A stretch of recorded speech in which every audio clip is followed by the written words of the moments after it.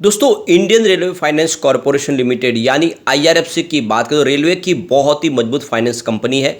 और इसकी मजबूती कितनी है इसको समझेंगे इस कंपनी की जो वेबसाइट पे उपलब्ध जो आंकड़े हैं उसके अनुसार कंपनी ने क्या क्या अचीव किया है और क्या ये वाकई में स्टॉक इस प्राइस में रहने लायक है, क्योंकि इसकी प्राइस बहुत कम है।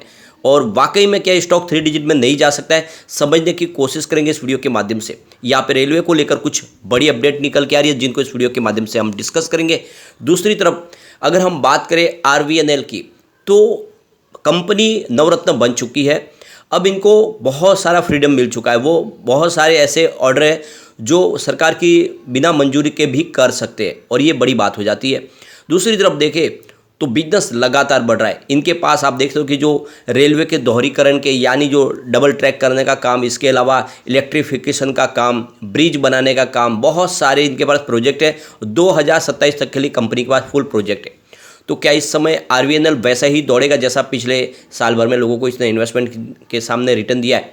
जानने की कोशिश करेंगे इस वीडियो के माध्यम से।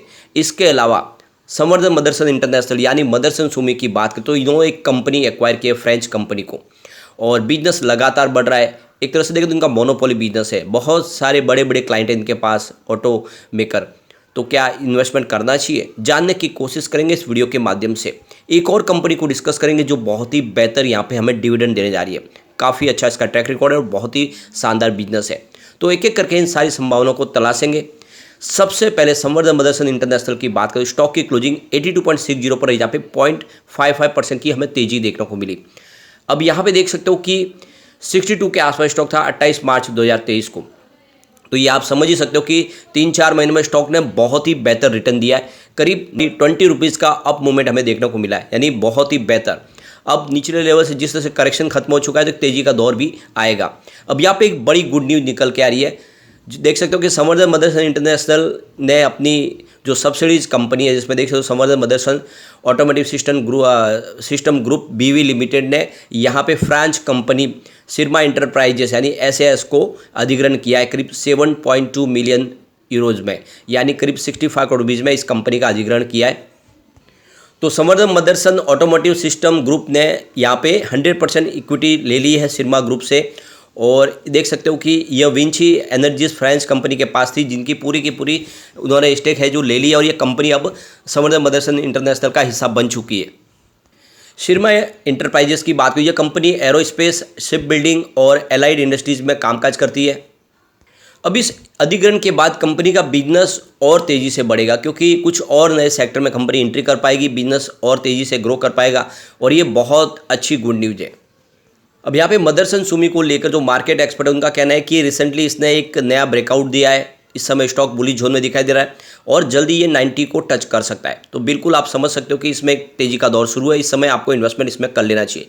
बिजनेस कंपनी का लगातार बढ़ रहा है। मार्च 2022 में देख सकते हो 17,185 रुपीज़ के आसपास जो रेवेन्यू था वो मार्च 2023 में बढ़ के 22,477 रुपये तक पहुँच गया। ज़बरदस्त वृद्धि हुई है। प्रॉफिट में भी लगातार वृद्धि हो रही है। मार्च 2022 में जहाँ पे 120 रुपीज़ का मामूली सा प्रॉफिट था, जो मार्च 2023 में 654 रुपये तक पहुँच गया। ज़बरदस्त प्रदर्शन, हर महीने हर क्वार्टर में आप देखें तो बेहतर रिजल्ट दिखाई देगा। और ये आंकड़े हैं जो इशारा कर रहे हैं कि आपको मदरसन सुमी में निवेश करना चाहिए। यहाँ पे एफआईडीआई जम के खरीदारी कर रहे हैं। यहाँ पे देख सकते हो प्रमोटर ने अपने कुछ शेयर बेचे हैं। इस बार 64.77% की होल्डिंग है, जो पहले 68.16% के आसपास थी, लेकिन एफआईडीआई ने जम के खरीदारी की है। 8.24% के आसपास होल्डिंग थी क्वार्टर 3 में, 10.87% हो चुकी है। डीआई की बात करें 11.95% के आसपास होल्डिंग थी क्वार्टर 3 में, जो 14.74% के आसपास हो गई है। 0.06% की होल्डिंग गवर्नमेंट के पास भी है। फिलहाल जनरल पब्लिक के पास जो शेयर 11.57% थे वो मात्र 9.55% रह गए, यानी जनरल पब्लिक के पास बहुत ही कम होल्डिंग है, जबकि जनरल पब्लिक से ज़्यादा शेयर तो एफआई और डीआई के पास है। ऐसे स्टॉक में क्यों न दाव लगाया जाए, यह आने वाले समय आपको मालामाल कर सकता है। चलते हैं रेल विकास निगम लिमिटेड की तरफ। 122 पर क्लोजिंग थी, 0.041% की क्लोजिंग के साथ में गिरावट के साथ, यानी लगभग फ्लैट क्लोजिंग थी। पिछले एक साल में स्टॉक ने 320% का बम्पर रिटर्न दे दिया। 29 के आसपास स्टॉक था, आप समझ सकते हो बहुत ही बेहतर रिटर्न दिया है। अब यहाँ पे देख सकते हो कि कंपनी नवरत्न बन चुकी है। ऑर्डर बुक की बात करें 31 मार्च 2023 तक कंपनी के पास करीब 55,000 रुपये से लेकर 60,000 रुपये तक का ऑर्डर बुक है, और लगातार ऑर्डर बुक बढ़ रही है। इसमें देख सकते हो कि जो इनका जो 20% का जो ऑर्डर बुक है वो बिडिंग के माध्यम से आया है, और बाकी रेलवे के प्रोजेक्ट है। कंपनी लगातार अपने बिजनेस में आगे बढ़ रही है, बहुत सारी कंपनियों के साथ में इन्होंने पार्टनरशिप की हुई, जिससे इनका बिजनेस लगातार ग्रो कर रहा है और ऐसे में आने वाले समय ये कंपनी कमाल करेगी। अब पिछले कुछ समय से सरकार जो रेलवे की कंपनियां उनके मर्जर करने की संभावना को तलाश रही है, यानी बहुत सारी कंपनियां जिनका एक जैसा बिजनेस है उनको मर्जर करने की तरफ कोशिश कर रही है। तो यहाँ पे देखिए तो रेल विकास निगम लिमिटेड और इरकॉन का बिजनेस लगभग एक जैसा है, तो इनके मर्जर की संभावना सरकार तलाश रही है। इसके अलावा रेलटेल और IRCTC के यहाँ पे मर्जर की भी संभावना तलाश रही है। और इस तरह से अगर देखें तो ये जो लगातार जो इस तरह से कंपनियों का जो मर्जर की संभावना सरकार की तरफ से हो रही है, और अब यहाँ पे शुरुआत भी कर दी गई है। सरकार की तरफ से जो निर्णय लिए जा रहे हैं लगातार कि इन कंपनियों की जो है धीरे धीरे कम की जाए कंपनियाँ, और शुरुआत कर दी गई है कोंकण रेलवे से। कोंकण रेलवे का जो मर्जर है वो इंडियन रेलवे में होगा, जिससे लग रहा है कि आने वाले समय में यहाँ पे हमें RVNL और इरकॉन का भी मर्जर होता हुआ दिखाई दे। तो ऐसे में आने वाले समय में इनका कामकाज करने का बहुत तरीका भी बढ़ेगा, इनके खर्चों में भी कटौती हो जाएगी। एक बड़ी अपडेट और निकल के आ रही है, जैसे कि बालासोर हादसा हो उसके बाद में अब सरकार ने ठान लिया है कि जीरो कॉम्प्रोमाइज़ करना है सेफ्टी के मामले में, यानी किसी प्रकार की कोई कमी न रह जाए। और इसके लिए सरकार ने अब हर तरह से यानी डबल सेफ्टी की शुरुआत कर ली है कि अगर कोई सिस्टम फेल भी हो जाता तब भी ऐसी घटना नहीं होनी चाहिए। उसके ऊपर अब सरकार ने खास ध्यान देना शुरू कर दिया है। तो ऐसे में रेलवे के ट्रैक के लिए फिर से उसमें नया इंफ्रास्ट्रक्चर ऐड किया जाएगा, उसमें कुछ नए सुरक्षा के मापदंड तय किए जाएंगे। ऐसे में दोनों कंपनियों के लिए बेनिफिट है, जिसमें हम कह सकते हैं कि जो रेलवे के दोहरीकरण और रेलवे के ट्रैक के लिए निर्माण में सबसे बड़ा योगदान RVNL का ही है, और इसके लिए फाइनेंस प्रोवाइड करती है IRFC। तो दोनों कंपनियों के लिए अब एक नई शुरुआत हो सकती है। तो रेलवे अब अपनी सेफ्टी को लेकर फुल प्रूफ प्लान बनाने की कोशिश कर रही है। किस तरह से, एक तरह से ये अगर इस तरह से जो फिर से अगर घटना हो जाती है जिसमें लगभग 288 पैसेंजर की मृत्यु हुई है और करीब 900 से ऊपर पैसेंजर इस समय घायल हुए, तो ऐसी घटना फिर से ना हो, इसके लिए बहुत तेज़ी से इसके ऊपर काम बढ़ रहा है। किस तरह से सेफ्टी ज़्यादा से ज़्यादा बढ़ाई जाए, अगर किसी मानवीय गलती की वजह से कुछ हो जाता है ऐसा तो उसको भी रोका जाए, यानी ऑन द स्पॉट कैसे इस घटना को रोका जाए।